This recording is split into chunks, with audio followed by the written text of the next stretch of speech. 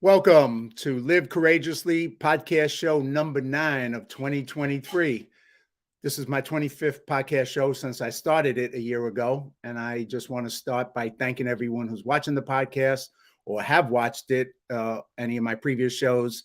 I truly appreciate it and appreciate your comments and feedback on the shows. Live Courageously has been my conscious theme of my life for the last 3 years since the beginning of the pandemic in 2020, and has been an unconscious theme for most of my life. If you haven't seen the previous 24 podcasts with some of my amazing friends sharing their powerful stories of overcoming all odds and going on to live powerful lives, you can watch them on my John Duffy Live Courageously YouTube channel. And I have another 50 plus friends planned to be guests on future shows. So keep coming back every week, Sunday at 2 p.m. So why live courageously? Because fear is just a reaction, but courage is a choice. And I suggest you consciously choose courage and faith over fear every time you experience fear to get through life and to deal with whatever life may throw at you in the future. And it will throw stuff we don't like or want at us. So choose courage. Today, my guest is my friend Jeff Daly, the commander of the American Legion Post 43 in Hollywood, that I'm a member as a son of the Legion. And Jeff grew up in Kalamazoo, Michigan, before joining the Marine Corps and serving with the magnificent bastards of the 2nd Battalion, 4th Marines. After the Marines, Jeff returned to Michigan to go to Kalamazoo College, a small private liberal arts school where he studied economics and political science. He also did some theater, which inspired him to move to Chicago to study at the Second City Conservatory. When he moved to Los Angeles, Jeff didn't even know what the American Legion was, as I'm sure so many people don't. And in a short 5 years, he's now the commander of Hollywood Post 43. He's the first vice commander of the 24th District of the American Legion, the state membership director, and he's a co-host for the national organization's podcast called Tango Alpha Lima. Outside of the veteran space, Jeff serves the acting community as a committee member of both the communication committees and the military affairs committee for SAG-AFTRA in the Los Angeles local. So I think to welcome Jeff, I'm going to just play something real, a minute of something and say, hey, Alexa, continue.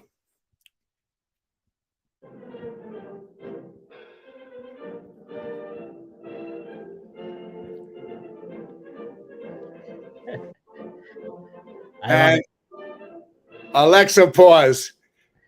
I just have to do that to welcome you to the show. Welcome, my good friend Jeff Daly. Thank you for joining me today, Jeff. Thanks for having me. You triggered my ALEXA when you were talking to yours. It's amazing. I didn't know you've already done 25 shows. Yeah, I know. It blows my mind too. I started. The idea started when I was up in Canada making this movie in Calgary, and as I was finishing up the movie, I just had this. I don't know. I woke up in the morning, like 2 a.m, and I just had this idea on my mind that I know so many amazing people like yourself. And, I would say one of the things that I've been richest in life is the amount of amazing people and courageous people that I've kind of come across in all the different areas of my life. And I said, I was doing my own podcast, just talking for 2 years, Facebook Lives. And I said, I'm kind of tired of talking all the time. And I want to really have other people talk and share their stories, because I think that would be much better than listening to me all the time, because I bore myself, But so anyway, I started the show, and, I've done 25 and I got 50 more. And, it's just, and they keep coming at me. I keep meeting more amazing people almost every day. And it's just like, wow, so that's the gift. I've been given a gift, I think. Well, I was going to say you need 25 more so you can get 100 episodes. You got 25 in the can. You have 50 lined up. You need 25 more. And what do I get if I get 100? Just curious. Is there like a prize or something? I'll have to do it silently, but I'll give you a loud applause. All right. Well, I'm gonna go for that. That sounds like it's a goal that well worth going for. Hey, two of the things I like to ask my guests when they come on, especially there's only been one person so far that I did not know in person. But my first question is, how did we meet? If you remember, and where did we meet? And then I'll tell you the second question after you answer the first one, if you answer the first one. Well, the first one's clearly we met at the American Legion Hollywood Post 43. Correct. I don't remember the exact circumstance because it's a place where if you're there, you see people sometimes several times before you meet them, and all of that several times in the actual meeting kind of blends together into one big event in the memory, at least in the memory of a bad memory like mine. So, well, we definitely, and I agree. I don't remember the exact moment, but I remember meeting you multiple times in different incidents at the post, so we finally got to know each other a little bit better as well at different events. So a second thing I like to ask is, since the show is Live Courageously, and you have been courageous in many things of your life, which we're going to get into, obviously joining the Marine Corps, taking a risk, coming to LA, joining the American Legion, what you do in the American Legion, your own health issues, and just a lot of ways you've lived courageously. So what does Live Courageously mean to you in your life, Jeff? Well, to me, I think to live, as in thrive, instead of just being an oxygen, regeneration system. To live, you have to do things, and to do things, a lot of times you have to put yourself out there. And if you have to put yourself out there, it's because I think you said it in your intro that courage isn't the absence of fear. Like it's Right. Courage is actually, you need to have some fear to have courage. Otherwise, you're just you're reckless if you don't actually possess any fear or caution or anything like that. So I do approach a lot of things, and I know we have a limited time on this earth, which I've learned from a few events in my life that I'm on strike, whatever, and I think you have to live that way. And living courageously is also living fully. I think they're synonymous with each other. Well, thanks for that. I think that I agree. I'm going to put up a quick picture because we're going to start with your journey, and your journey started in a place called Michigan, Kalamazoo, Michigan. Yeah. And my first question is, where is that? Only kidding, only kidding. This is a picture that this is a Michigan fanatic. So I just had to mess with you there. But, Hashtag go blue. Go blue. There you go. So you grew up in Michigan, and tell us a little bit about that. And then how did you go from that to your journey to join the Marine Corps? Why, when, and how did that all start? We're going to make me reveal a little bit of the nerd inside of me, but not that anybody has ever noticed that. Well, Kalamazoo is a lovely town. The metro area is about 250,000. It's halfway, 2.5 hours in each direction between Detroit and Chicago. And I loved growing up there. I mean, it was a real great place. It's not too big. It's not too small. I mean, it's not Mayberry, but it's not LA. Right. So I can typically, the more the years go on, it keeps growing, but I can typically go someplace that was one of my haunts, and I'll just see somebody that I know. That's getting less and less frequent, but it still happens, and it's culturally really rich in that, the phenomenon of being halfway between Detroit and Chicago is that big bands and the Broadway traveling shows, when they go from Detroit to Chicago, there are people that have money in Kalamazoo that don't want to go to Detroit and Chicago. So they subsidize these shows to guarantee that they're going to get income. And I mean, I think I saw, like Les Mis and stuff for like $25 or like the actual Broadway traveling show. And you don't have that everywhere. Well, and I'm not going to pivot into this, but was that part of what led you to go into when you went back to school into Second City? Was it that being introduced to all that culture? And then we'll come back to the Marine Corps thing. Well, I think because Kalamazoo is so cultural. Like my mom was president of the arts council. No, she was the the art museum. I was actually on the board of the Arts Wow. Council, and I think it just permeates. I think we have This, a little bit of up. Are you coming back? I hope.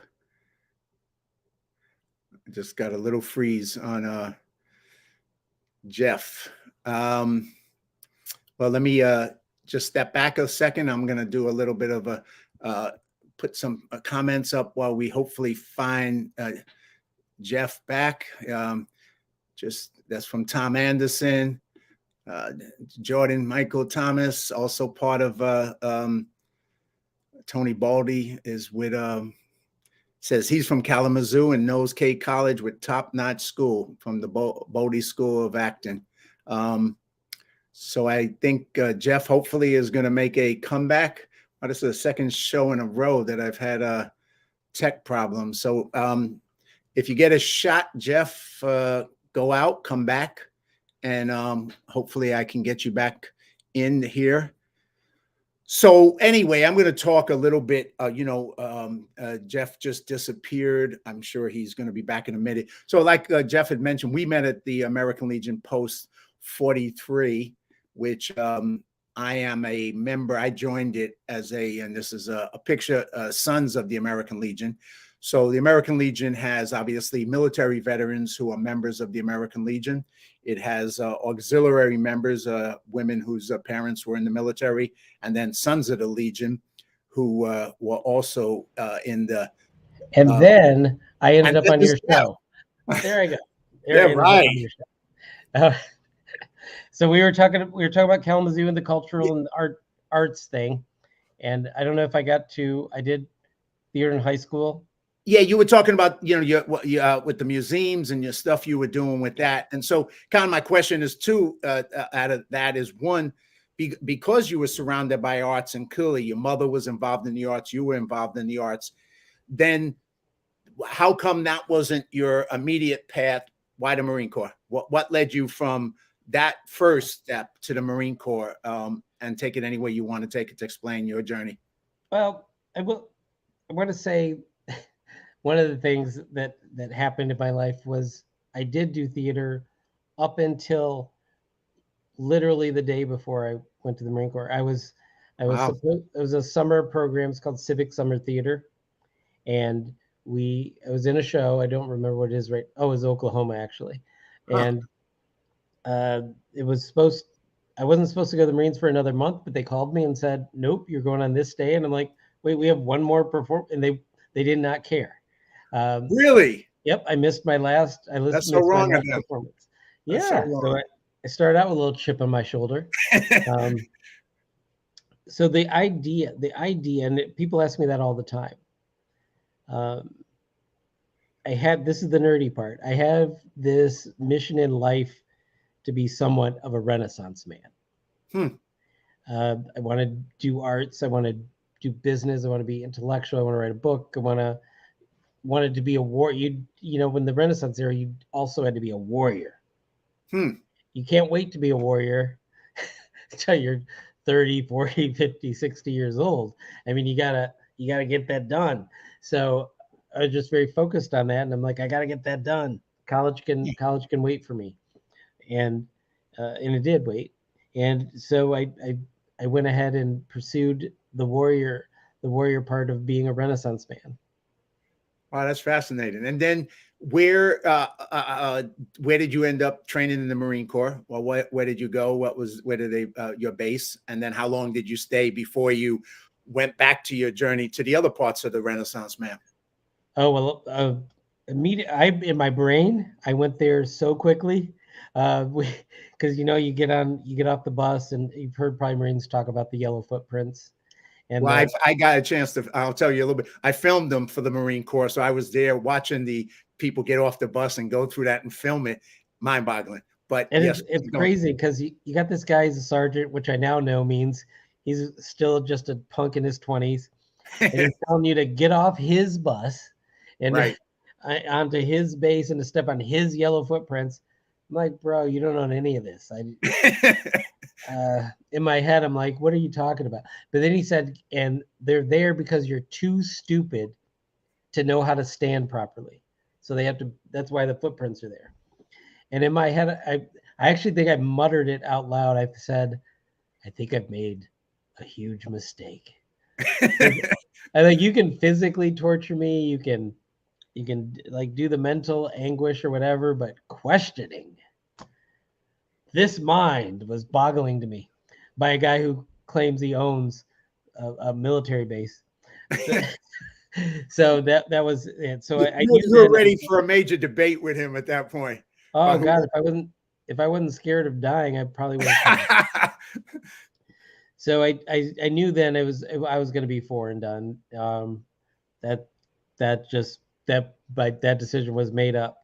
So I I did the boot camp. It's interesting. In boot camp, they pulled me out of boot camp and tried to recruit me into intelligence. I was going to go to Monterey and do at the D Lab and learn. I think it was Russian they had selected for me, Wow. which I also bet that I wasn't going to be put in country because I think I would stick out in Russia. So I think it was pretty safe. It was just getting signals. So I went home on leave, came back. Then I was signing papers, and something made me stop on something I was signing, and it was a 6-year. It was like they were extending me 2 years. And I go, whoa, what is this? And I remember I've already made up my mind. I'm 4 and done. So I said, what is this? And she goes, well, nobody told you? The school's like a year and a half. They want to get their time back. Ah. And I said, no, nobody told me that. And she said, so you don't want to go? And I go, oh, no, we don't want to do that. So she just ripped it and goes, here's your original orders.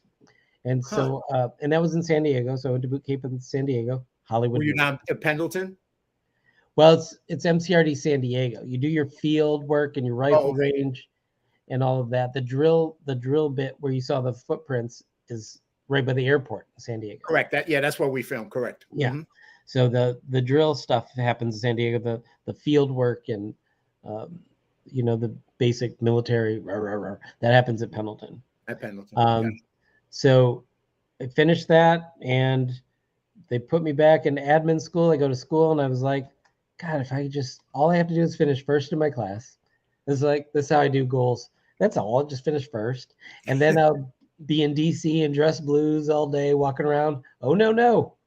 They sent me across the street to 2nd Battalion, 4th Marines, Magnificent Bastards. And so I was admin in an infantry unit, which in the Marine Corps means you do both. Right. So that's what I did. And then I served and I was on ships. The longest ship I was on is the USS. I don't give a lot of information away about my age, so I'm trying to see if I can make sure I can say it. So it was the Iwo Jima. Nope, the Guam. I was on the Guam for the longest, and I got to watch it get sunk on YouTube, which is interesting. Really? Yeah, they turned it into a reef, an artificial reef off the East Coast. Huh. Yep. What, just a couple years ago? Sure, we'll say that. No. All right. Go ahead. Hey, I'm easy, man. You can mess with me. I'm gonna fall for it. So no problem, man. So yeah, I did my time, got out, and then went to school.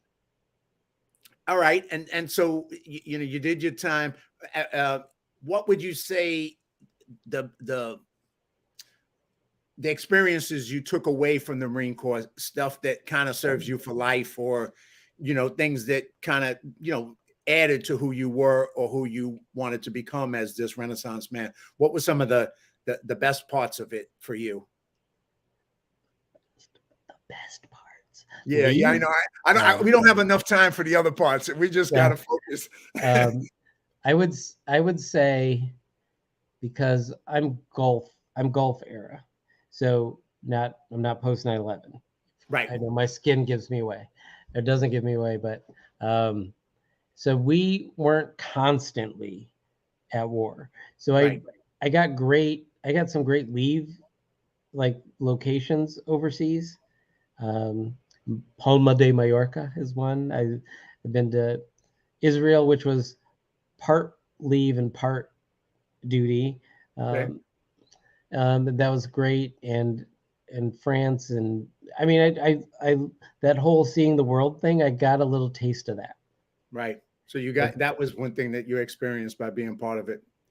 Right. And then, not that we're focusing on the negative, but we were talking about earlier the events in my life that make me think, you only have so long, and you only have so many life endangering events that you're going to survive. Because I was in a helicopter crash in the Marine Corps. Uh, Walked away from that with no known at the time injuries, and now my back and stuff. I'm like, oh, I know where that came from. Right. But that gives you a new appreciation for life, and I would say in a good and a bad way. Hmm. I would say the goals and things I want to do, I need to get them done, because you don't know what's going to happen to you. And I Right. would tell that to anybody, even if nothing's ever happened to you, you don't know what's going to happen to you. That's right. And the experiences you want to have in this life, don't just put them off indefinitely. If you don't have the money for it, you don't have the time for it, plan for both of those things, and say in the next 2 years, I'm going to do this and I'm going to do that, because you don't know. We all said that first week. It says Tom Anderson. I don't think the Air Force people say that. Let's just when they're going through orientation, or is that what they call boot camp? When they're going through orientation, they get upset if the fish isn't one day fresh. I mean, it's like, that tastes like it was flown in. Get that away from me. Well, So I guess just a quick aside. I mean, that's one of the things for me as a civilian and not a veteran, but doing stuff around veterans and working support veterans. That thing you just did is just, it's always hilarious. When I see a group of y'all just get together and just kind of snap on each other about each different branch, it's so much fun, because it's that ongoing, camaraderie, but competition, and it's always fun to watch that happen. it's like brothers picking on each other. Exactly. Yeah.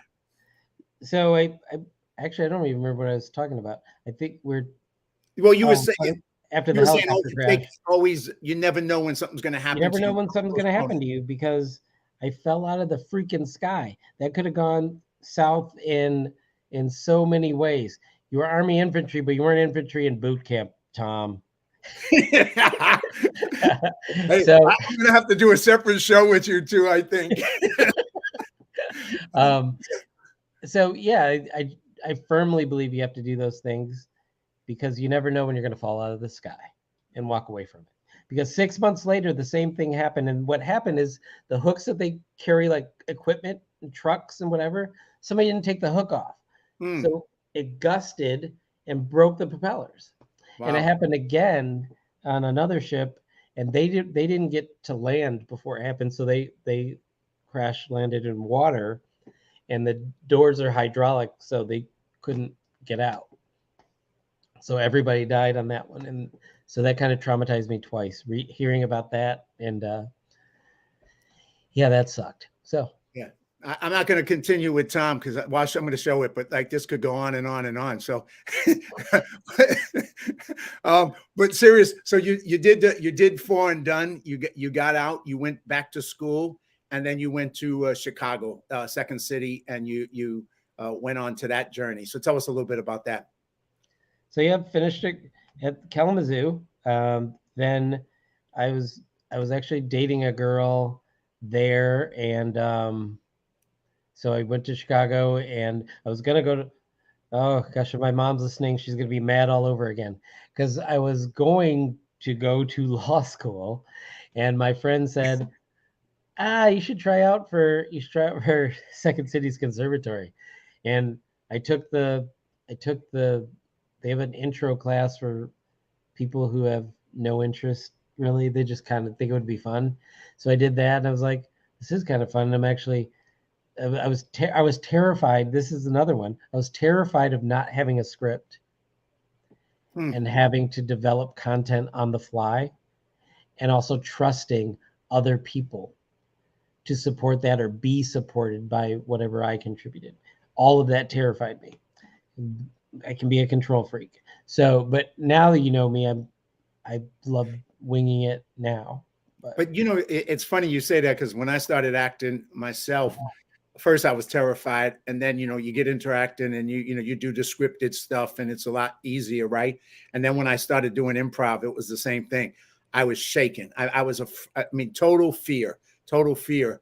And you finally, if you keep at it and you do it like you did, you get out of it, and then you get that skill set, and you get that ability to wing it and feel comfortable in any situation. So it's a great experience to go through. I know it was for me. But you're definitely not somebody afraid in any environment nowadays that I can tell. What, I have to wing it? No. No. I would say people in corporate jobs, if they want to live courageously, I honestly believe that one of the not utilized skill sets out there that you can get, and it is a skill, it's not necessarily 100% pure talent. You can learn to improvise. There are rules to the game. Right. And sometimes the talent comes in when you're trying to actually be funny or something like that. But that's not, the game can make things witty. Sure.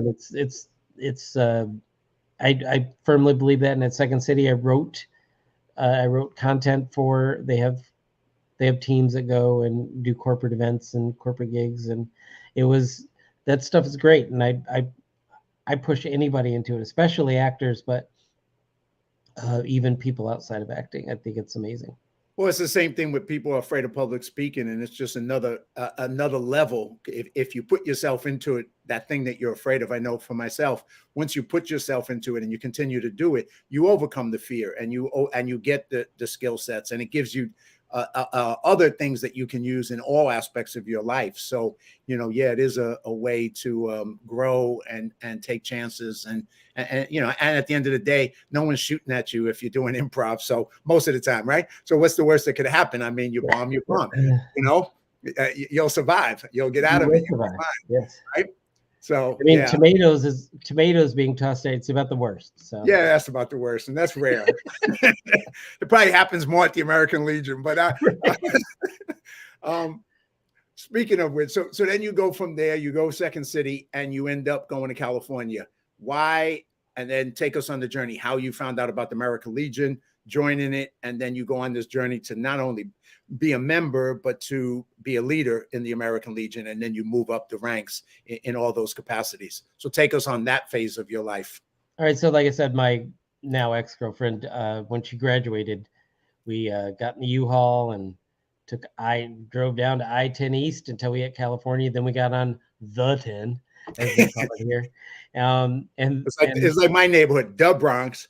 The Bronx. But it's weird here in Southern California. They call all the freeways the. Yeah. It's just Southern California. They don't do that up north. It's just here. It's weird. Really? Yep. Very strange. You Californians, Southern Californians are very, very odd. Anyway, so we get here. And even so, through college and then the beginning of my time in Los Angeles, I didn't really even identify with being a veteran. Okay. I never told anybody like stuff like that. And I was, contrary to what I told my girlfriend at the time, I'm like, yeah, let's go to LA. I'll get on a show in like 6 months. We'll be living in Beverly Hills. It'll be fine. Don't worry about it. I'm still waiting for that to happen, by the way. Is anybody out there? So I found out about this. It was called VFT then. It's okay. VME Was that now. the first thing you heard of VFT? I still had never heard of the American Legion. Okay. So VFT was Veterans in Film and Television. It's now Veterans in Media and Entertainment. So I went to a comedy writing workshop that my friends were teaching. And it happened to be in the cabaret room of Hollywood Post 43. And I did the workshop and I started, oh, look at that. It's so pretty. Isn't it? Amazing building. I love it. So I took the workshop and I walked around. And I asked somebody, what the hell is this place? I've driven by it. I thought it was a post office with a cannon, which I thought was weird. There's a cannon out front. And no, then they started saying it's the American Legion, it's a veteran service organization. I go, oh, okay, that's cool. Then I went to You thought another. that's what they meant when they said go postal, right? They had a cannon. Yeah, they had a cannon there. Like, what are you doing? That's how they scared the Pony Express into taking off really fast. That's right. So I went to another event with VFT, and I met a young lady, Michelle, and she was wearing a 43 cap. And I said, "Oh, I think I was at like the building that's your guys and she obviously knows a veteran because I was at this other veteran event, and I told her I'd been there, and I said it's pretty cool. And then she goes, "Well, you're obviously joining then." And I don't take orders from a lot of people, but a young lady I will take orders from. So I joined. So I joined up and got in there, and then as you said, so I kind of came in. I came in hot. Right. I ran for something right away, and I lost by a couple of votes, and I was like, I'm not really used to losing. So I had to that gave me something. That gave me a little bit of character or whatever. And Interesting. I came back. But what I told them, because I actually felt, I don't know if it's true, but I felt targeted into defeat. I felt like this group of people that had power and position knew who they wanted. And they didn't want you. And nope, they didn't. As they told me then, they go, "We didn't know you," Right. which is true. Sure. So, but I told them, but now all you've done now is give me a year to campaign. I'm campaigning for an entire year, and made sure that then I skipped I became second vice commander in my second year in the Legion. And who was the commander at that point? When I was which one? Second vice commander? Second vice commander was Mike Helmstead. Mike Helmstead, right. Okay, yeah. And then I joined Fernando Rivera. He swore me in. Right. So he inducted me. So then I stayed on there. I did media and communications. I started doing a lot of media and communications work, which with the live streaming of the meetings and stuff like that. And then I started doing that with the state. So I got a little boost from being affiliated with things outside of the Post, and I just kept doing that.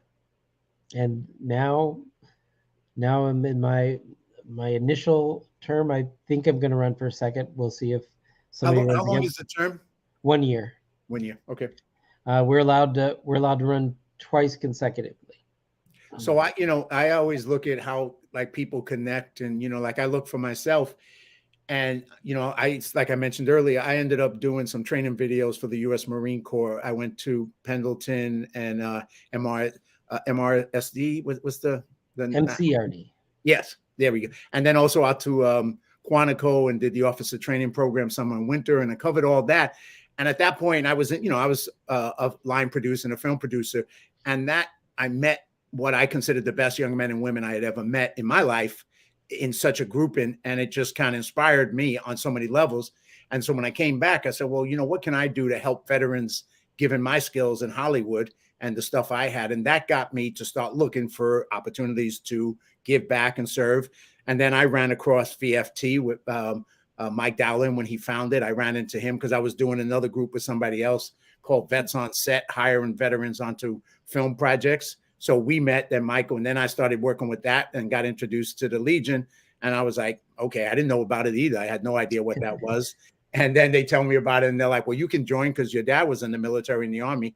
So I was really okay. Well, and then I joined, and that started me, hanging in the Legion, doing other stuff. And then, of course, we all ended up meeting Michael and meeting you and Fernando and all the bunch of people. So it's kind of funny how all that came together, because I didn't have any plan to be doing any of this. It wasn't like, okay, and then I'm going to go and then I'm going to work for, no, it wasn't on my goal setting plan. Was it on your goal setting plan to be the regular super donor of blood? This guy, let me tell them, this guy, he gives blood every time we have a blood drive. Every freaking time. And I got him on camera, so I had to embarrass him a little bit. But well, it's funny because with the exception of one other time when I was at the Magic Castle with a friend, and he's like, they're giving blood downstairs. Come with me. I'm like, oh, okay. So I gave blood. That was the only other time I gave blood. And then at the American Legion. And then when during COVID that was there, and I was like, yeah, let me go. And then it was like, so why not do that every time? It just seemed like, it's only a couple hours. It's no big deal. So, and you get to go over there and hang for a bit. So it was fun. And I mean, you're just saving lives. I mean, Yeah, why, but it's just such a great thing to do that takes so little of our effort to do it, right? It's just, Yep. What does it take to do that little? I mean, you can do a lot more, but you could at least do that. So yeah, Oh, yeah. so I just kind of, and it's always fun because I run into people and we have a good time. So We do have a good time. Yeah. We actually have a good time bleeding. Let's think about that. That's weird. I know it's weird, man. I'm not afraid of needles, apparently. So I actually am. So I know you told me you were like, they have a hard time getting your blood. They do have little baby veins. Ah. And they move. So when the needle comes, my vein goes, not today. Now, the last time I was there, did they get it? Did you get it? They got it, but it was because they must have got a small one because the flow was too slow. Oh, really? Yeah. Anyway, so now you become a commander, and my next stuff is just in a short, if you can, what is the American Legion? Who joins it? What is Post 43? A little bit of its history, because that picture I put up there. This building has been around since 1929, maybe. I think it's finished in 28. Yeah. 28. Okay. So it had incredible, great history. But tell us in a little short version what the Legion is. Have you met me? Who joins it? Huh? Have you met me? Short. It is a podcast that it's not a marathon. I'm going to need to do a marathon podcast. That'll be the next one. We'll rate. You know what? We'll do it. We'll do it while we're giving blood. There you go. I'll be there a long time. So I'd say the motto of the American Legion right now is Veterans Strengthening America. Okay. I don't know why I felt like I had to say that in a radio voice, but Veterans Strengthening America. And we are a veteran service organization, and the Legion family, I'm going to include the Legion family in all this. Not only do we serve veterans, but we serve community, state, and nation. We have programs ranging from things with children and youth to veteran rehabilitation. We still work, one of our pillars is still national defense. So we do a lot of lobbying in Congress. If somebody is feeling and like you said, who can join? Veterans can join, obviously, the Legion side. On the Sun side, it's male descendants. So you can only go down the family tree and to sons and grandfathers. On the auxiliary side, you're really playing around over there. I like it. I'm trying to get you up there by yourself, man. It's not working, but so on the auxiliary side, the ladies of the auxiliary, because men are allowed now in a certain circumstance I'll get to, but they can go, as my friend does, they can do the holy way in. So they can go up the family chain. So their mothers and grandmothers, they can go down and be a grandmother or mother. They can also do sisters, and that might be it. Maybe the sisters. But now, just a couple of years ago, we're congressionally chartered, so all of these changes take an actual act of Congress. They allowed male spouses of a veteran. So male spouses of a veteran can now join the auxiliary. So that's a little about the Legion. 43 is rooted in Hollywood, where that's why we get legends like John Duffy to come hang out with us, because we are rooted in Hollywood since the old days. We were open during Prohibition. I think anybody who violated that is long past their statute of limitations. And we're still in Hollywood. We have past Commander Jarek Wilhelmsen runs. I'm going to say it wrong. I think it's member-made media now, and video and film. Look at the deco bar there. That's beautiful. The bar. Yeah. I mean, why wouldn't you want to drink there? I mean, right? And it's, I found my second family, and I mean that in every sense of the word. there are people that I'd want to punch in the throat, but if somebody else were to get aggressive with them, I would have their back in a second. But they do. There's people there. They push my buttons every day. But there's just like family does, though, right? Well, you're, and we'll talk about a little bit about that because I you post a lot, and one of the things that I highly respect is, as a leader, as a commander, as you are, as a leader, you have a tough job. Some people say it's easy. There's a meme about producers, and I think it's true for you as a commander. They say being a producer is easy. It's like riding a bike, except the bike's on fire. You don't know how to ride the bike, and you're in hell. Well, sometimes that's probably what you must feel like as a commander, right? Is just because, you got a group of people and they're all different, and they all, some older, some younger, all different experiences, different points of view about everything.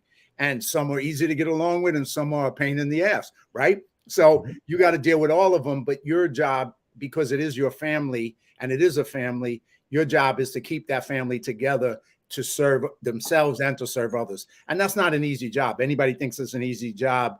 But that's what you do. And it's a battle. It's a daily battle to keep that going. So you chose it, and you're going to do it again. So you're clearly certifiably insane that way. Oh, duh. But like you said, if you have 3 members, what's that? If you have 3 members, there's going to be 4 opinions always. Right. Like, and they're absolutely convinced that their opinion or 2 are absolutely correct. And you're a moron if you don't agree. That's and I think being from a place that's saturated with veterans, they've been put in positions where they make quick decisions, and it's better to be decisive, because indecisiveness can be worse than a bad decision. Indecisiveness can be worse than a poor decision. So I think that carries through in life for a lot of people. So they go, what we need to do? This is what you have to do. I get that. I walk in that place, within 17 seconds, somebody's telling me what we need to do. Well, it's funny. I don't know if I can arrange. Let me quick. I have it. I don't know if you're a technical wizard out there, ladies and gentlemen. I don't know if you've seen this, but I'm going to try and pull this thing up and see if I can get really lucky. And but this kind of echoes your point. So just give me 1 second and see if I'm going to be real lucky here. He's like a whole crew of 1. I know, right? I mean, where's my support team? This is just wrong. All right, here, take a look at this real quick. And I don't know if you saw this. This was. Oh, that was from the last competition. Yes. You see, it's there. It's because of haters like you is the reason we're rampaging.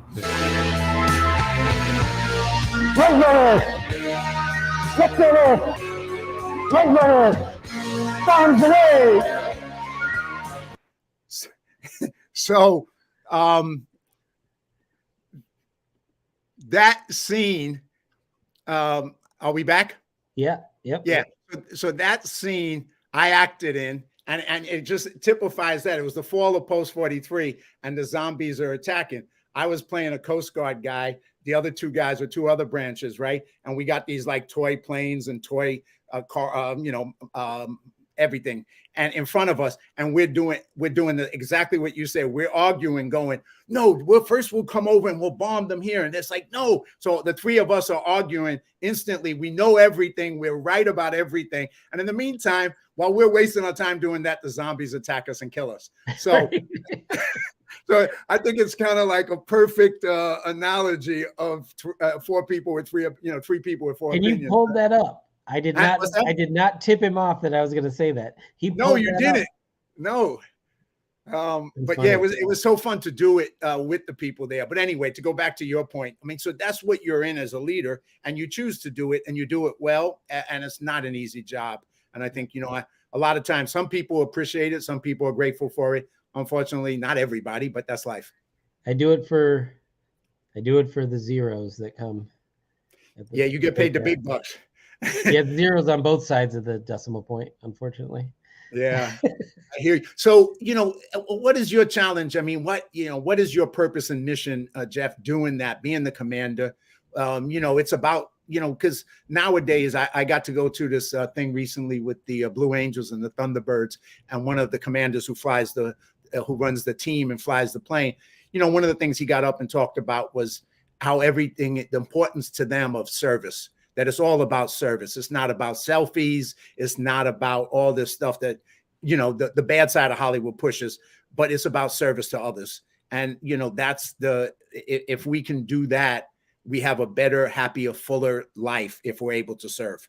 So you're obviously serving as a commander. What are the things that come out of this as a commander for you, and why you do it, and the benefits of it by being in service? Well, I ask that question all the time, to be honest. And it always boils down to, and I said this at National Legion College, I said, it's about the people. And I just posted about something the other day. And no matter all the thankless nature of it, veterans made media. There he goes. He corrected me, Carl. Thank you, Carl. Carl Reisinger, ladies and gentlemen, the man who knows all. And so the video, it was last year when you did it, it was member made media. Now Carl's, it's veteran made, because it's not just, you don't have to be 43. Right. I'll give him one more shout out. He's saying veterans made, but is that what it is? Yep. So it's veterans made media competition. Yeah. I'm giving another shout out to Carl. Another shout out to Carl. So where were we? We were talking about it's the service, and you say you answered that like you always ask that. And when you were at this convention, your response was, it's about the people. And I rewrote this. I believe it was yesterday on Facebook, and it's going to be in the newsletter if you subscribe to Hollywood Post 43's newsletter. It really is. It's about serving the people. There are people who've been through a lot. There are people who need resources. They need our camaraderie.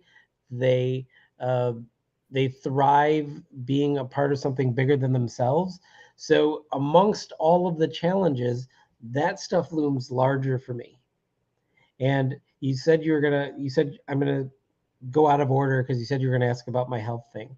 Oh, sure, please. Yes. We're coming up on a year. The 21st will be the year of what I call the event. So if those of you who don't know me, last year in March, 21st of March, I had a stroke. I was in the VA hospital in West LA, fine facility. And the thing that struck me about the American Legion in that moment, in those couple of weeks, I was there like almost 2 weeks. Every single day, I maxed out my visitors, and most of them were from the American Legion. And I'm talking about people I don't talk to every day, up to the then state, if you're not a Legionnaire department commander, Autry James. All these people came to visit and support. They didn't have to, and that's part of that fuels my mission to give back to all of these people, because it's not about, and I get so upset when people tell me it's a business. We got to run things like a business. Like I run things like I do understand that, but to take the persona of an organization and boil it down to we're a business is false to me, because words mean things and nuance is very real. We are an American Legion post that possesses business interests to support the mission of the post. We are not a business. We're all that collection of words I just said. And and a lot of that is so important to me because of when I was in a place, I had never been in the hospital, never taken a prescription or illegal drug, never had anything wrong with me. So you want to talk about fear on top of fear on top of fear. I had that fear. The person who called me that realized I was having a stroke was from National American Legion office, calling me going, you need to go to the hospital right now. Wow. The person who ran down from Runyon Canyon to come fetch me and take me to the hospital was past Commander Jennifer Campbell from 43. Wow. So I'm here, and in the shape that I'm in, at least, because of the American Legion.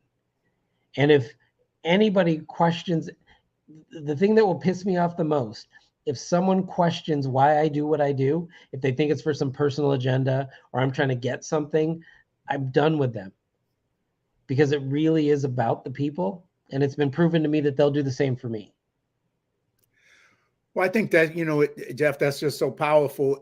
People need to, sometimes people don't take enough time to get to know a person so that they really know them and know what they're about and what their heart is, So just because you may have a different experience and have a different point of view about a bunch of freaking things, it don't matter.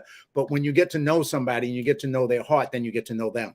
And I think what you're saying is who you are and why you do it and why you serve is pretty clear.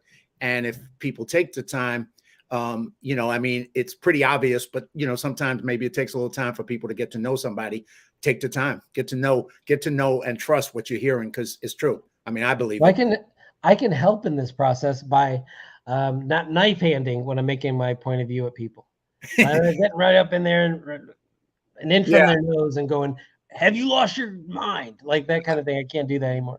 Probably not. But the other piece you were saying, like, I saw you during the 2 years when things were locked down. I mean, you were like inspiring people online, both all the way from Michigan to California to elsewhere, doing all these fitness challenges. And I participated in some of your fitness challenges while that was going on as well. So I saw your commitment to health, to fitness, and your promotion of it. So when you got that stroke, it was, just even seeing it was freaking scary.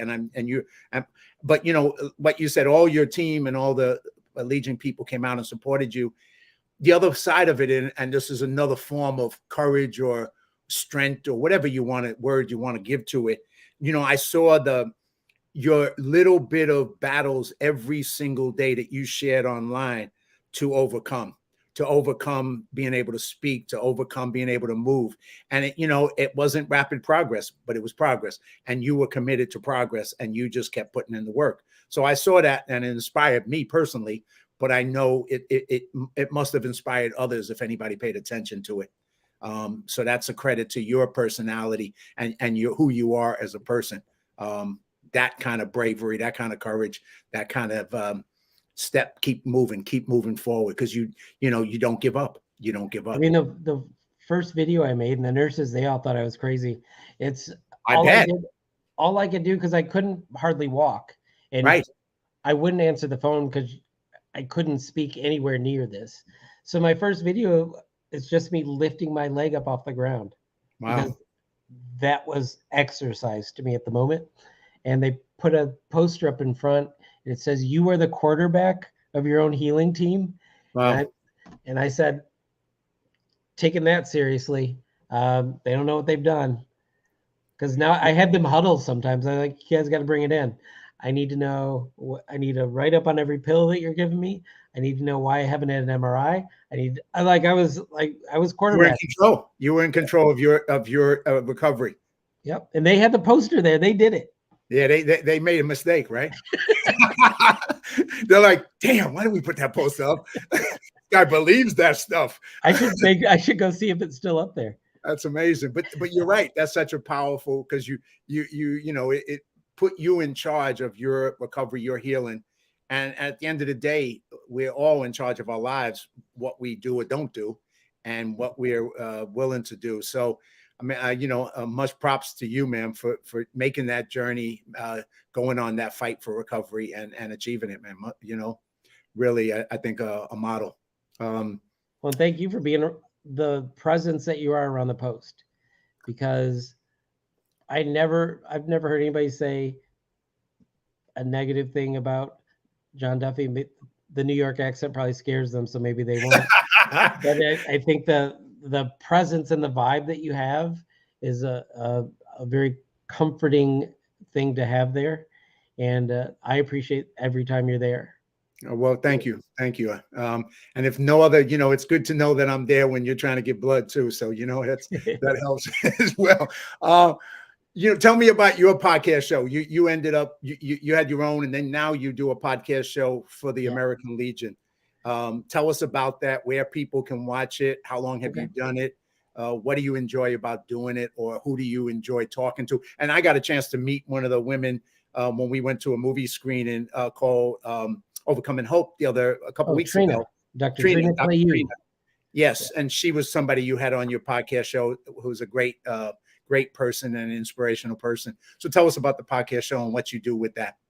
Well, I joined the podcast because I had my own at first, and I saw that you discovered it, and I was worried that you were going to play a clip from that one.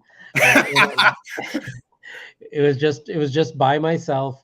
I think I recorded it with the Anchor app on my cell phone. It is not what you would call high fidelity. Okay. But I had a good time. And then the Legion, the American Legion National Organization, decided to do one, and they hired me. And there were 3 of us at the time. Mark Seavey, who's now the National Judge Advocate, so he can't do it. And then who I call now OG Ashley, because there was an original Ashley, and when she had to go on to do stuff at the VA, they brought in another Ashley Marie, last initial G. I joked that they made it so similar because they had a dumb Marine on there and they couldn't handle all that change. So I couldn't screw up as long as I said Ashley, we're good. And we now have interviews every episode. They drop every Tuesday. Everywhere you would go, Tango Alpha Lima, which stands for the American Legion, TAL, Tango Alpha Lima. And we're on Spotify, Apple, Google, whatever. I tend to send people to YouTube because we're very expressive, and sometimes I'll pick something up or whatever. And I prefer the experience. And if you do want to just listen, you don't have to be looking the whole time, but you can kind of tell when something's happening. You're like, whoa, let me look. So we love the mission of our mission is recruiting and retention of the next generation of American Legion leaders, because we've been accused as an organization of not communicating well to that demographic, and not in the way that the Legion is structured. They don't take positions on some things until they come up from the post and in the form of resolutions, which means we're the last people to talk about things sometimes. So now we have the flexibility and maneuverability to talk about things as they come up, or at least a week. We're on like a week to 2 week delay. So I can't talk about like a vote that's happening in the Senate tomorrow because it'll be done. And what if I predicted wrong? I can't handle being wrong. We've noticed. So they can watch it on YouTube, obviously everywhere else, but YouTube, if they want to watch the video of it, which every Tuesday.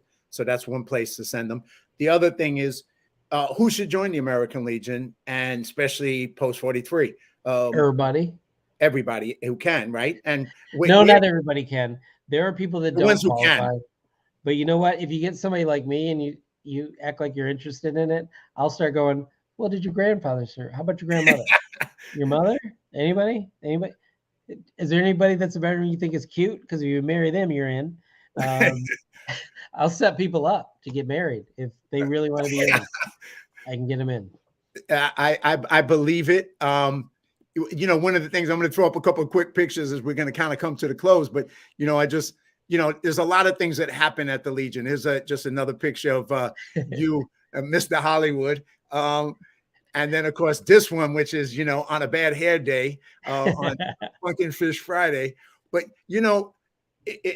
Jeff is so much fun at the Post. The Post is so much fun. It's such a great atmosphere. There's so many events to go to. And then the other thing is that, you got a movie theater there, one of the best movie theaters in Hollywood, 435 seats, something like that. 80. It's 80 something. Carl's going to probably jump in any second and tell me the exact number, but it's just under 500.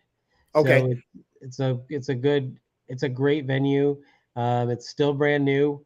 It was collecting dust during the lockdown, and we just finished it a few months before then. So that was unfortunate, but we got big things coming up. Our fellow Suns member, Bill Burr, is going to be doing a show next Saturday there. Yeah, there's another event that I'm going to too that's about Vietnam veterans. The I Word Theater. Word Theater, right? And that's on a Saturday, I believe. Yeah, it's another week. Another week, yeah. So I'm gonna probably attend that. But there's so much to do, both if you're a member, obviously, in any capacity. But then there's a lot of things that the general public can also attend and go to, and you can come as guests, etc. I mean, you guys built a drive-in theater during the lockdown because you couldn't open the theater. That was an amazing accomplishment.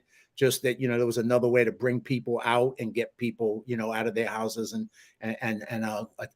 watch movies. I watched one of the movies at the drive-in, which was great. So there's a lot of activity and more. There's music nights. There's all kinds of things going on, and it's a great environment if you're going to be in Hollywood. You mentioned the bar below.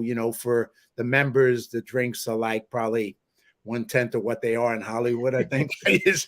Which I think like a drink now is probably $100 in Hollywood or something. But it's a great place. But more importantly, back to the thing, what are you most proud about, Jeff, with all the time that you put in, all the stuff you've seen, gone through? What are you most proud as a commander, as a member of the Legion? What makes you feel good about what you do and the service you do? Well, I think a word that gets used too much today is resilience.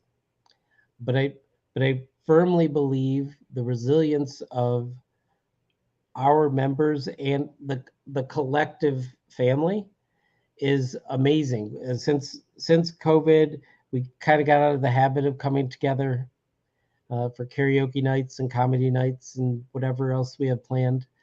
But they're coming back. They're coming back really strong, and they're getting engaged again. 482. There he is. Correction. The theater, ladies and gentlemen, is 482 people we can fit in there. Plus, sometimes we do folding chairs. So I hope that continues. I love to see the growth. I love the American Legion now tackling suicide with the Be the One campaign.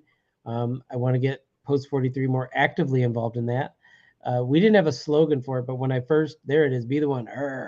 When I first joined the Legion, one of the things I did was I found a grant to bring a professor to teach the certification for mental health first aid. This is before they even thought of Be the One.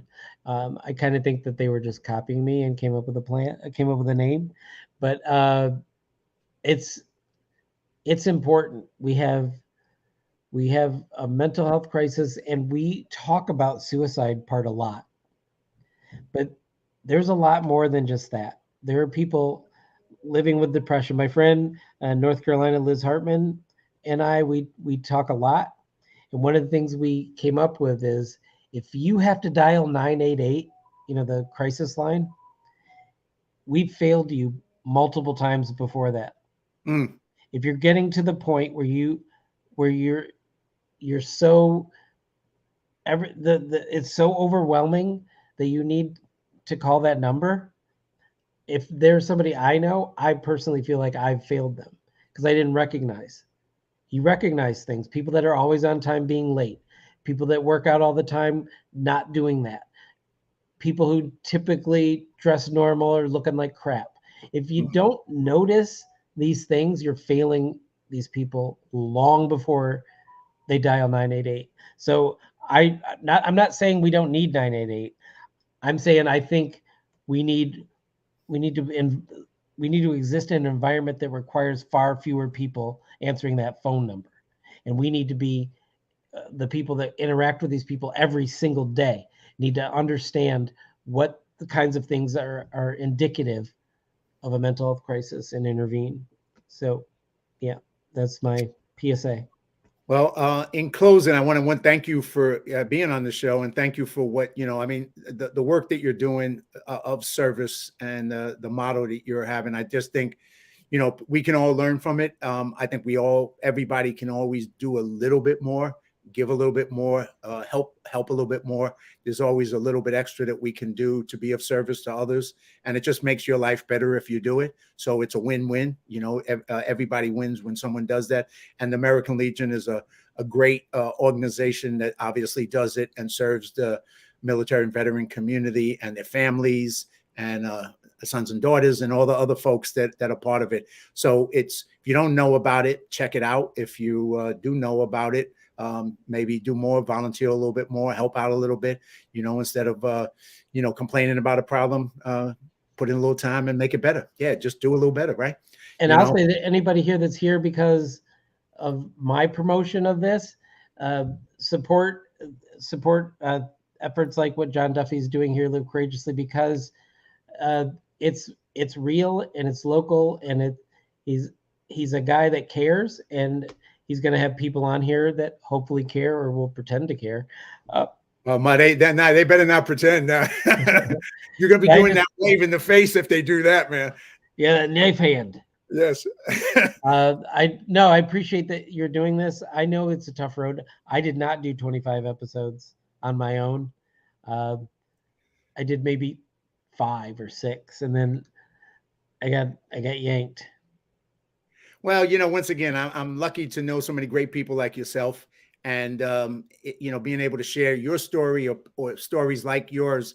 I think, because at the end of the day, the reason I did it, Jeff, and probably the reason you did it too, I feel like if you touch one person, you're a success. If you help one person and got them to inspire them to be better or to do better, you won. You accomplished something, and you can feel good about it. If it's more than that, that's great. But as long as you touch one person and help them, that's one more than you would have if you didn't do it. Because imagine if all of us did that. I know. One person, concept, all right? of us. Yeah, exactly. Yeah. And, find a way to do it. I was at an event yesterday. It's called Best You. And it's the same kind of thing. It's like, if you see people who help us, they park your car, they serve you food, giving somebody a smile, a thank you, just a recognition that, we all matter because we all need each other, all connected to each other. So, being able to willing to do that for somebody is a win-win. Anything you want to finish us out with? And once again, they can reach your podcast Tuesday on YouTube and everywhere else. If they're around LA and they want to be in our Legion family, you can go to, I'll give the short address, post43.org. So post43.org. And you can learn all about our post and see picture of the pretty people we have in the post. They're all over that website. I'm not up there, by the way. I feel like they must think I'm ugly. So that's all I really, you covered it all. You're so organized. Yeah, well, I got a lot to work on, and I'm gonna keep trying to make the show better, but it always gets better with great guests. I'm just a conduit for it. And if I have a great guest on, it gets easy because we have fun. And, having this conversation with you was fun for me because I both learn and I have fun, so I recommend everybody to learn from this, to learn the lessons, and because courage comes in all kinds of forms, small and big. And like you said at the beginning, Jeff, it isn't that you don't have fear. You have fear and you recognize fear, but you act in the face of fear and you move forward. And it can happen in big situations like being in a helicopter accident. Hopefully that never happens to you. Right. But even, health issues, you have a health issue like you did, and then taking one step and deciding to be the quarterback of your life and beginning to move it forward, or just giving a smile to somebody and helping somebody, donate some blood, do whatever it takes, volunteer, help clean up after an event, whatever it takes, just do something, instead of sitting around feeling bad about everything. Just get out there and do something and feel better. There you go. Thank you, brother. Thank you for being on here. I appreciate it. I look forward to seeing you again in person. And if anything I can do, just let me know. And we'll talk soon. Perfect. Appreciate you, sir. All right. Take care of yourself. Yeah, you too. And all right, everybody. That was a great show with Jeff Daly. I think there was a lot there. This is where you can reach me, my email, my YouTube show, if you want to watch it, if you want to share it with people, my Instagram account. Feel free to send me an email. Tell me what's good about the show, what I can do better. I'm always willing to learn and improve. And thank you for watching it. And thank you for being part of my audience every Sunday, 2 p.m. Live courageously and live your life courageously and find a way to volunteer and serve others. It'll lead to a better life for you. So once again, thank you to Jeff Daly, Commander of American Legion Post 43. Have a great day, everyone.